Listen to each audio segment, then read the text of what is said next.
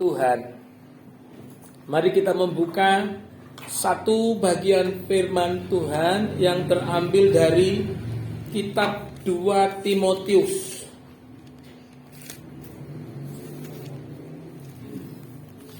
2 Timotius 3 ayat yang pertama sampai kepada ayat yang ke-8. 2 Timotius 3 ayat 1 sampai dengan ayat yang ke-8. Kalau sudah, kita mau baca bergantian Bapak Ibu. Saya mau baca ayat-ayat yang ganjil, Bapak Ibu membaca ayat-ayat yang genap. 2 Timotius 3 ayat 1 sampai ayat yang ke-8. Saya mulai ayat 1, Bapak Ibu ayat yang kedua dan selanjutnya bergantian. Keadaan manusia pada akhir zaman. Ketahuilah bahwa pada hari-hari terakhir akan datang masa yang sukar. Manusia akan mencintai dirinya sendiri dan menjadi berbawa.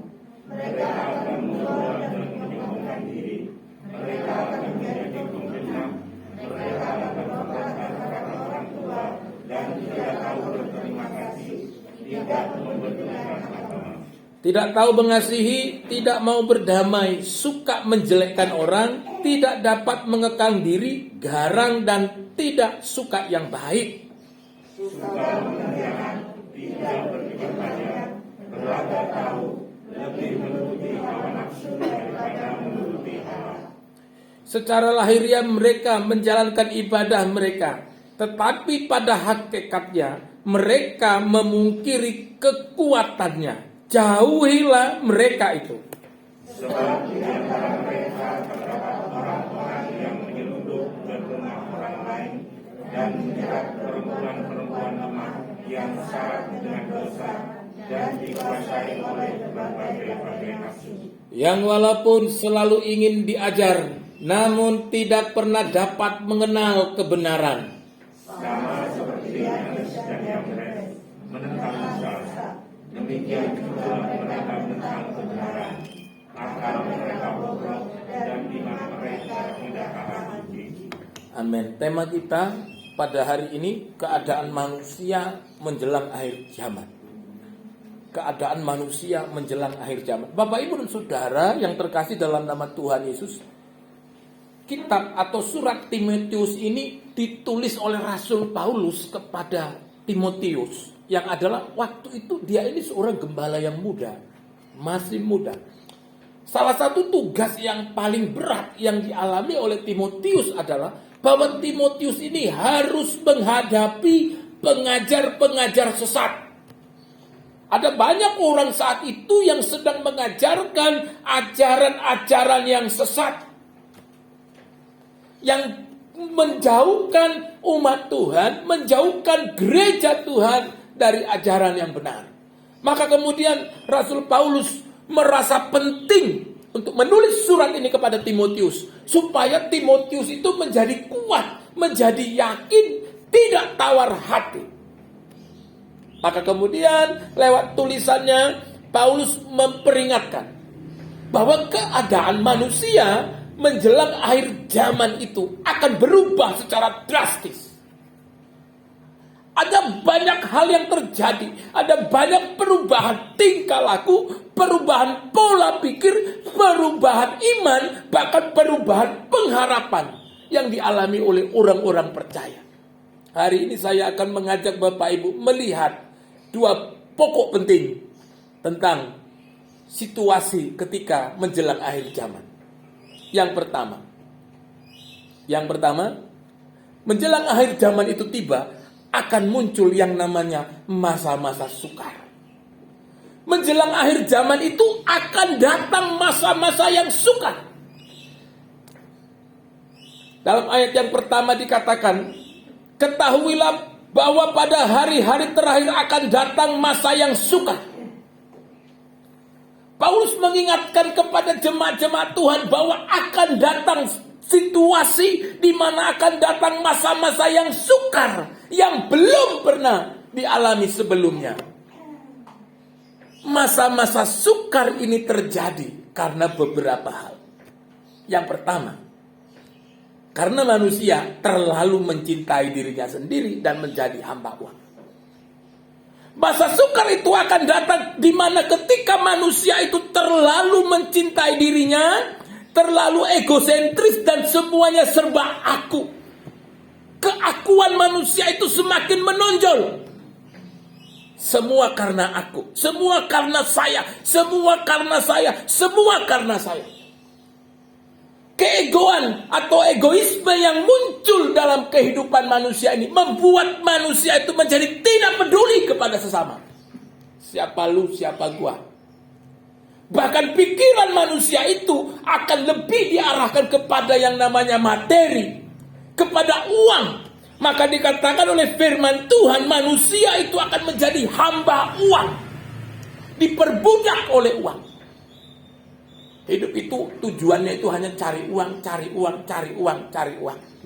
Saya mau tanya kepada Bapak Ibu, siapa di sini yang tidak butuh uang, Bapak Ibu? Ada Bapak Ibu nggak butuh uang? Kalau nggak butuh uang, uangnya kasih ke saya. Semua orang butuh uang, Bapak Ibu. Kalau kita mau dapat uang, kita mau buat apa? Orang buat apa supaya dapat uang, Bapak Ibu? Bapak Ibu buat apa kalau mau dapat uang? Kerja, terus apa lagi? Main judi, taruhan. Betul ya Bapak Ibu ya. Itu Liga Inggris kan sudah mulai bal-balan Bapak Ibu. Taruhan, sopos yang menang. Kan biasa begitu. Kalau kami di Sumatera itu ada namanya togel Bapak Ibu. Toto gelap. Itu yang dari Singapura itu. Pikirannya apa? Yang diharapkan itu apa? Mau jadi orang kaya. Mau punya uang. Mau jadi orang sukses. Kesuksesan itu diukur dari begitu atau berapa banyak uang yang kita miliki. Maka kemudian manusia itu menjadi mencintai uang dan mengukur segala sesuatu itu karena uang. Saya ketemu orang itu karena uang. Saya lihat orang itu, saya mau datang sama orang itu karena uang. Kalau dia tidak mendatangkan uang bagi saya tidak akan mau ketemu. Saya mendoakan orang itu karena uang. Kalau nggak dikasih uang saya nggak mau. Makanya banyak orang sekarang kalau didoakan Bapak Ibu, begitu mendoakan, yang mendoakan nggak pulang-pulang, ternyata nunggu transport, nunggu uang Bapak Ibu. Inilah yang dikatakan sebagai hamba-hamba uang. Segala sesuatu itu prioritasnya itu adalah uang. Kesukaran itu juga muncul di mana manusia itu sudah menjadi sombong. Sombong, suka memfitnah, berontak terhadap orang tua.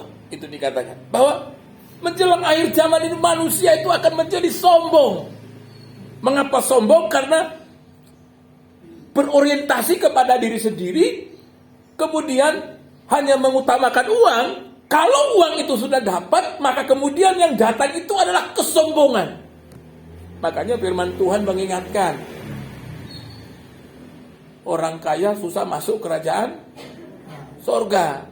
Lebih mudah seekor unta masuk lubang jarum. Jadi kalau anda, saya dan saudara seiman yang lain, kalau kemudian belum jadi orang kaya, masih ada penghiburannya.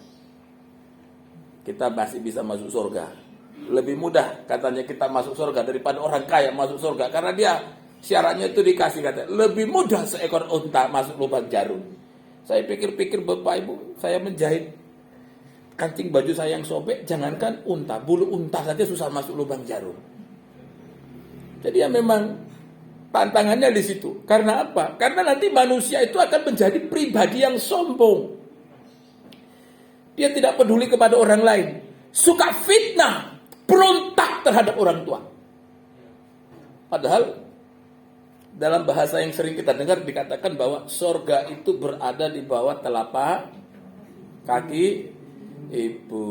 Tapi di bawah telapak kaki ibu yang ada itu kutu air. Karena ibunya terus lelah cuci sampai malam. Anaknya tenang-tenang. Makanya kutu kaki ibunya kena kutu air. Tapi kata juga sorga itu berada di bawah telapak kaki ibu. Makanya banyak-banyak cium kaki ibu. Begitu. Banyak-banyak menghormati orang tua. Itu maksudnya. Menjelang akhir zaman orang kemudian akan suka berontak kepada orang tua. Mereka tidak peduli kepada orang tua. Mereka akan menganggap bahwa orang tua itu akan menjadi beban. Makanya banyak orang tua sekarang yang dikirim di panti jompo, Bapak Ibu. Tinggal bayar berapa juta gitu sebulan. Tidak perlu lagi ngurusi orang tuanya. Apalagi kalau orang tuanya sudah hanya di tempat tidur. Maaf kata, pipis tempat tidur. BAB di tempat tidur, makan harus disuapin. Orang pikir ini orang tua sekarang bikin susah. Wis, kirim aja ke panti jompo.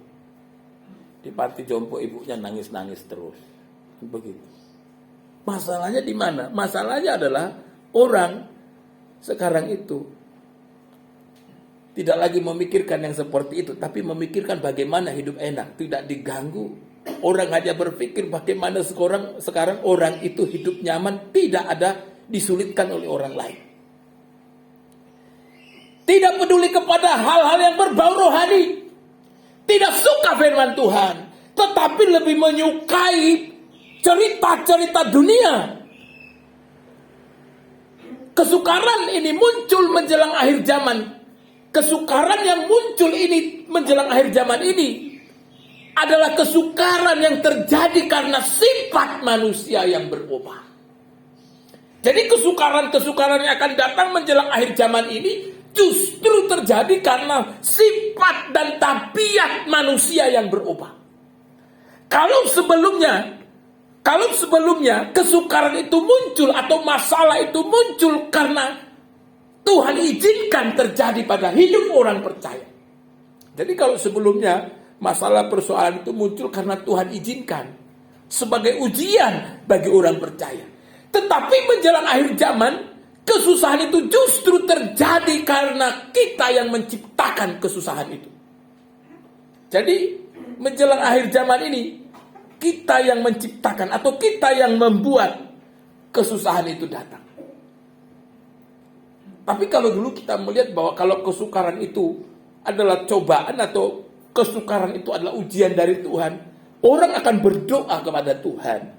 Orang akan memohon kepada Tuhan. Bahkan orang sampai doa puasa supaya Tuhan itu mendatangkan jalan keluar.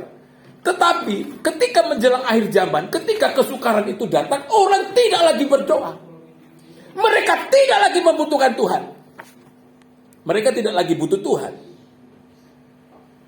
Karena apa? Karena mereka merasa bahwa mereka ini sudah mampu. Mereka merasa bahwa ini sudah tidak lagi butuh Tuhan karena mereka menganggap bahwa Tuhan itu sudah dikalahkan teknologi. Jadi orang akan mentuhankan teknologi. Orang akan mendewakan kemajuan IT pada masa sekarang ini.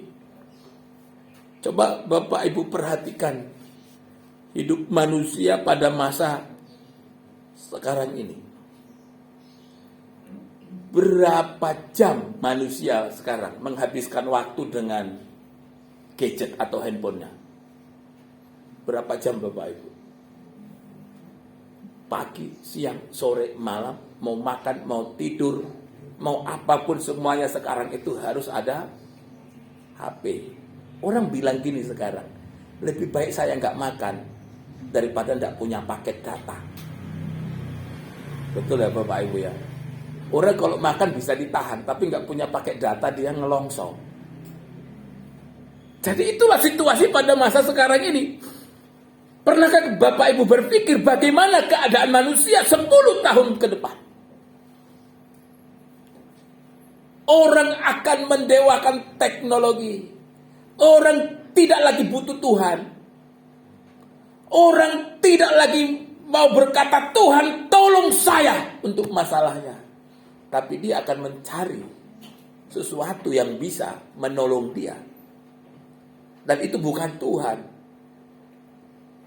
Orang akan berusaha mencari sesuatu yang bisa dijadikan sebagai sumber kekuatan.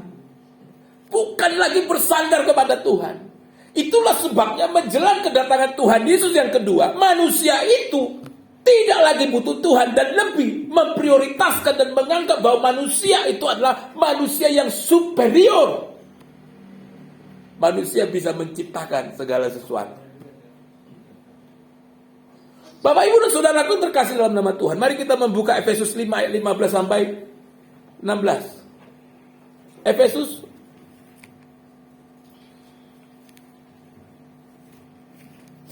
Efesus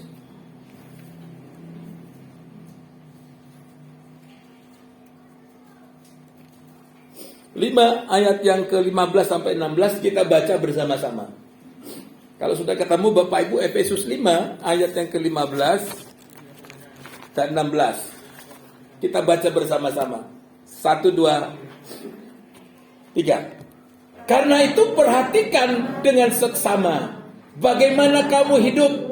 Janganlah seperti orang bebal, tetapi seperti orang arif. Dan pergunakanlah waktu yang ada, karena hari-hari ini adalah jahat. Firman Tuhan mengatakan bahwa dan pergunakan waktu yang ada, karena hari-hari terakhir, hari-hari ini adalah jahat. Tuhan memberikan peringatan kepada jemaat di Efesus. Dikatakan bahwa hari-hari terakhir ini adalah jahat. Jahat karena apa? Karena kita yang menciptakan kesukaran bagi diri kita sendiri. Yang menjadi pertanyaannya bagi Bapak Ibu dan saya adalah, dapatkah kita menolak masa-masa sukar itu? Dapatkah kita menolak kedatangan masa-masa sukar itu? Saya mau katakan kepada Bapak Ibu, orang bijak berkata, segala sesuatu akan berubah, hanya perubahan itu sendiri yang tidak pernah berubah. Segala sesuatu pasti berubah, tapi hanya perubahan itu sendiri yang tidak akan pernah berubah. Karena kalau perubahan itu sudah berubah, maka tidak ada lagi perubahan. Itulah akhir dari segala sesuatu. Ketika tidak ada lagi perubahan, itu adalah akhir dari segala sesuatu. Lalu kemudian Bapak Ibu bertanya, mengapa masa sukar itu datang? Karena itu adalah tanda awal. Itu adalah proses awal, di mana kedatangan Tuhan Yesus itu sudah dekat. Ia pasti datang Bapak Ibu. Kita tidak bisa menolak untuk ia tidak datang. Karena itu, yang penting itu adalah bagaimana kita bisa mempersiapkan diri, bertahan di tengah-tengah masa sukar itu. Amin. Yang kedua, menjelang akhir zaman manusia akan menolak kebenaran Allah. Manusia akan menolak kebenaran Allah. Mari kita perhatikan Alkitab kita. Kembali kita ke 2 Timotius tadi. Sudah 2 Timotius Bapak Ibu kembali.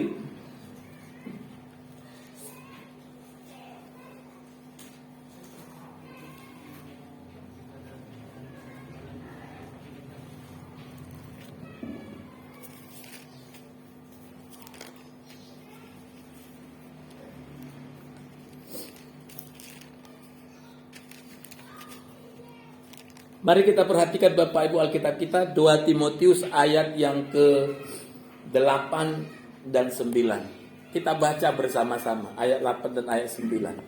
1, 2, 3. Sama seperti Yanes dan Yambres menentang Musa, demikian juga mereka menentang kebenaran. Akal mereka bobrok dan iman mereka tidak tahan uji. Ayat 9. Tetapi sudah pasti mereka tidak akan lebih maju, karena seperti dalam hal Yanes dan Yambres, kebodohan mereka pun akan nyata bagi semua orang. Siapa sebenarnya Yanes dan Yambres ini? Kok sampai dikutip oleh Rasul Paulus ketika menulis surat ini kepada Timotius? Bapak Ibu dan Saudara, Yanes dan Yambres ini adalah dua orang tukang sihir yang membuat tongkat menjadi ular pada saat Tuhan mengutus Musa dan Harun kepada Firaun. Tuhan bilang kepada Musa, engkau kuutus untuk membawa umatku keluar dari Mesir menuju tanah Kanaan. Maka kemudian Musa itu pamitan kepada Raja Firaun, tapi Raja Firaun tidak kasih. Maka kemudian Raja Firaun ini memanggil dua tukang sihir yaitu Yanes dan Yambres, yang kemudian melemparkan tongkatnya itu menjadi ular.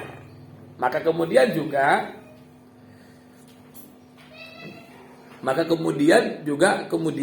Musa dan Harun itu juga melemparkan tongkatnya.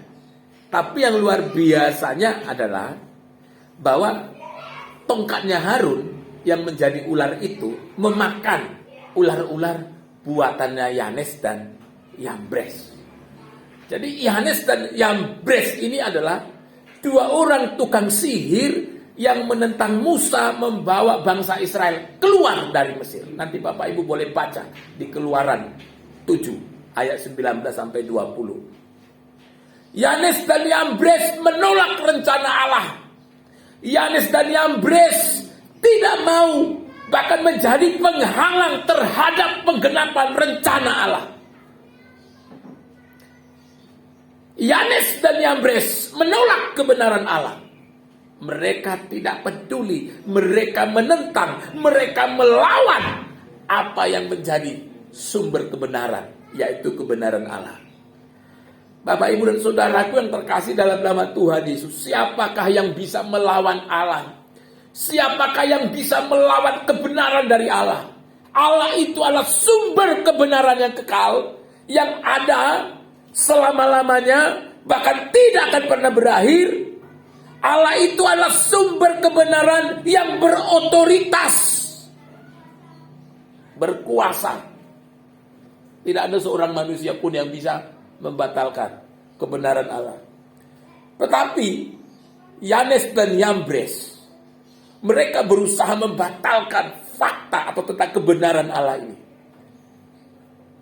Itulah sebabnya Rasul Paulus memakai Yanes dan Yambres sebagai contoh yang menentang kebenaran Allah. Tetapi apa yang kemudian didapat oleh Yanes dan Yambres? Dalam ayat yang ke-9 dikatakan, tetapi sudah pasti mereka tidak akan lebih maju. Mereka tidak akan lebih baik. Orang-orang yang menentang kebenaran Allah, mereka tidak akan lebih baik, tidak akan lebih maju. Karena seperti dalam hal Yanes dan Yambres, kebodohan mereka pun akan nyata bagi semua orang. Firman Tuhan katakan orang-orang yang menentang kebenaran Allah itu bukan karena mereka lebih benar, tapi firman Tuhan yang mengatakan bahwa mereka itu adalah menunjukkan kebodohan mereka. Kata bodoh di sini bukan berarti tidak tahu apa-apa. Kata bodoh di sini itu lebih mengacu kepada pengalaman hidup mereka bersama dengan Allah yang salah. Jadi pengalaman hidup Yanes dan Yambres dengan Allah itu yang salah.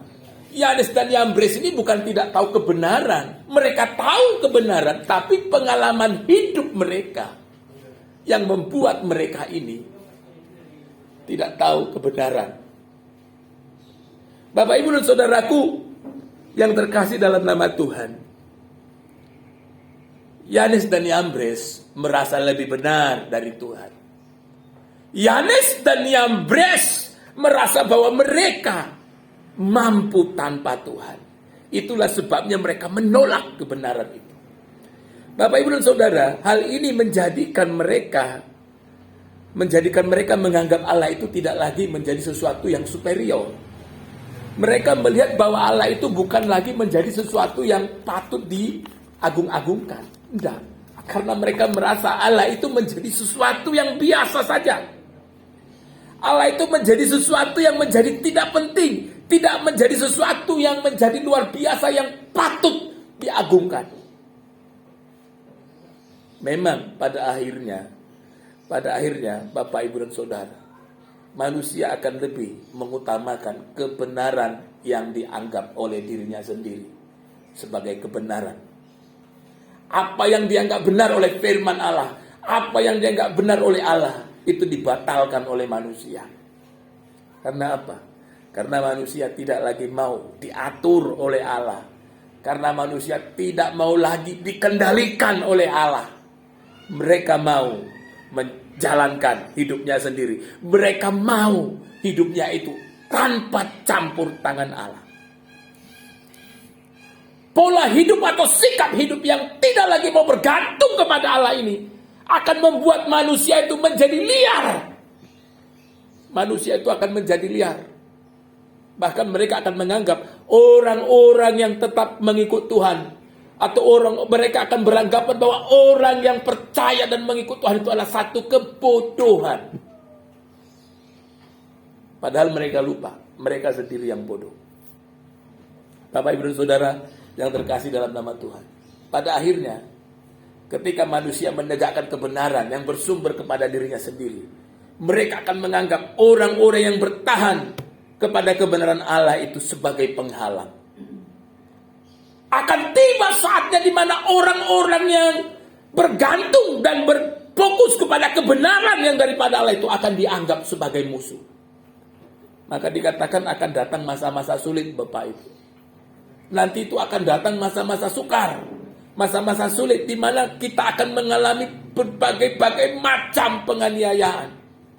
Mari kita membuka Matius 24 ayat 9 sampai 14. Matius 24 ayat 9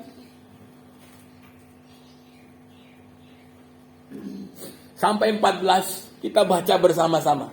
Matius 24 ayat yang ke-9 sampai 14.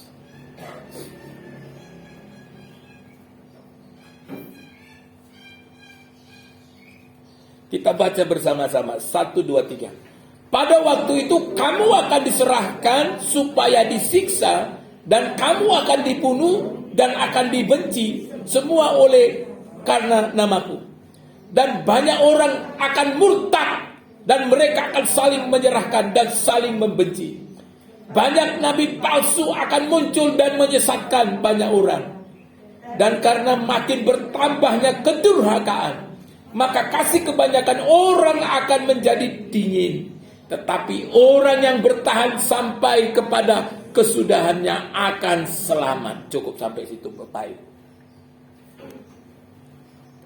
Yesus menceritakan bahwa situasi akan menjadi sulit, Bapak Ibu.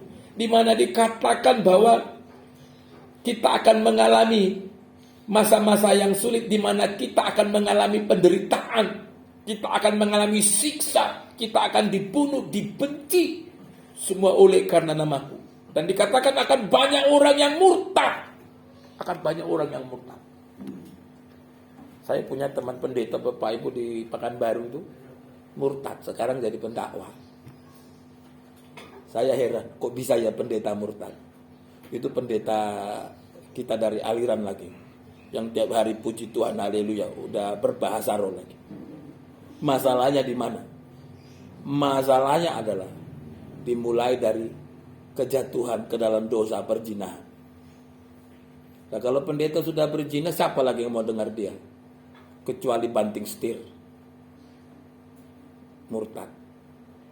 Lalu bikin promo diri, mantan pendeta, mantan misionaris, mantan ini, mantan majelis, mantan pelayan gereja, mantan-mantan itu. Kalau sekarang mantan-mantan naik daun, Bapak Ibu. Nilai jualnya tinggi, Bapak Ibu. Kalau mantan pendeta, coba bayangkan, mantan pendeta murtad, waduh, orang akan kejar dia, dengarkan dakwahnya, kan begitu, dengarkan ceramahnya. Tapi itu kita gak bisa menolak, Bapak Ibu. Akan datang masa-masa seperti itu. Bahkan dikatakan bukan hanya itu, nabi-nabi palsu juga akan muncul. Akan muncul kedurhakaan. Banyak orang yang menjadi dingin. Tapi kata firman Tuhan, orang yang bertahan sampai kesudahannya, dia akan selamat. Kata kuncinya di situ. Orang yang bertahan sampai kesudahannya akan selamat. Amin.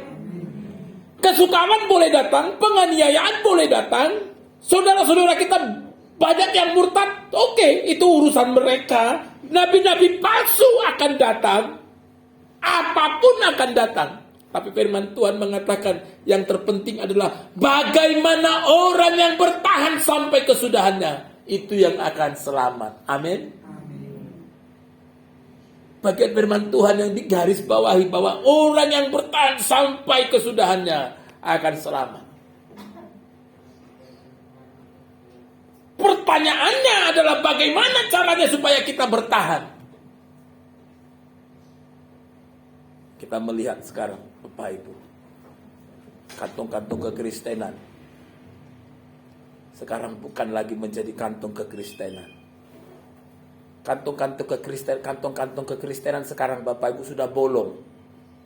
Sudah jebol kantongnya. Dulu orang Manado boleh bilang Manado 100% Kristen. Tidak lagi. Papua, NTT, bahkan Sumatera. Jebol semua, Bapak Ibu. Masalahnya di mana? Dapatkah kita menghalangi hal itu tidak terjadi? Firman Tuhan sudah menggariskan, Bapak Ibu. Kita tidak bisa melawan. Tapi yang penting adalah tetap kabarkan Injil keselamatan. Tetap bersaksi tentang keselamatan yang kita dapat dari Yesus Kristus. Dan tetap bertahan walaupun di dunia ini ditawarkan kepada kita. Amin, Bapak Ibu.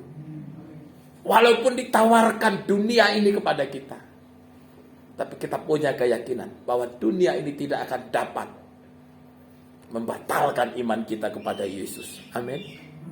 Kalau Yesus saja bisa menolak, Bapak Ibu, ketika ia dicobai oleh iblis, dia dibawa kepada gunung yang paling tinggi, lalu kemudian iblis katakan, semua ini akan kuberikan kepadamu. Tapi iblis bilang, engkau harus sujud menyembah kepadaku. Semua ini akan kuberikan kepadamu. Kan begitu ya, Bapak Ibu. Kalau ada orang bilang, duit 1M akan kuberikan kepadamu, ganti KTP yuk. Mau enggak, Bapak Ibu? Kasih duit 5M, rumahnya saya bangun, ganti KTP yuk. Mau enggak? Kalau orang yang pikirnya pendek ya pikir, ya udah pindah aja. Apa sih bedanya, cuma ganti KTP doang, kan begitu. Tapi keselamatan kita itu lebih berharga dari dunia ini. Bahkan lebih berharga dari segala sesuatu apapun di bawah kolong langit ini. Karena pada akhirnya ketika kita kembali, ketika kita meninggalkan dunia ini, yang kita mau adalah bersatu dengan Allah kita. Amin. Bersama-sama dengan Allah Bapa di sorga. Dan itu hanya kita bisa dapat kalau kita bertahan. Seperti kata firman Tuhan, orang yang bertahan sampai pada kesudahannya, orang yang bertahan di tengah-tengah kesusahan, orang yang bertahan di tengah penderitaan, orang yang bertahan di tengah aniaya karena Kristus, dia akan selamat. Bapak, Ibu, dan saya mau selamat. Bapak, Ibu, dan saya mau selamat. Selamat di dunia, selamat di sorga. Jangan hanya selamat di dunia, tidak selamat di sorga. Walaupun namanya sudah dikasih nama Pak Selamat. Tetap cinta Yesus, tetap ikut Yesus, bertahan sampai akhir. Sampai maut memisahkan, ku mau cinta Yesus selamanya. Amin. Tuhan Yesus memberkati. Kita berdoa.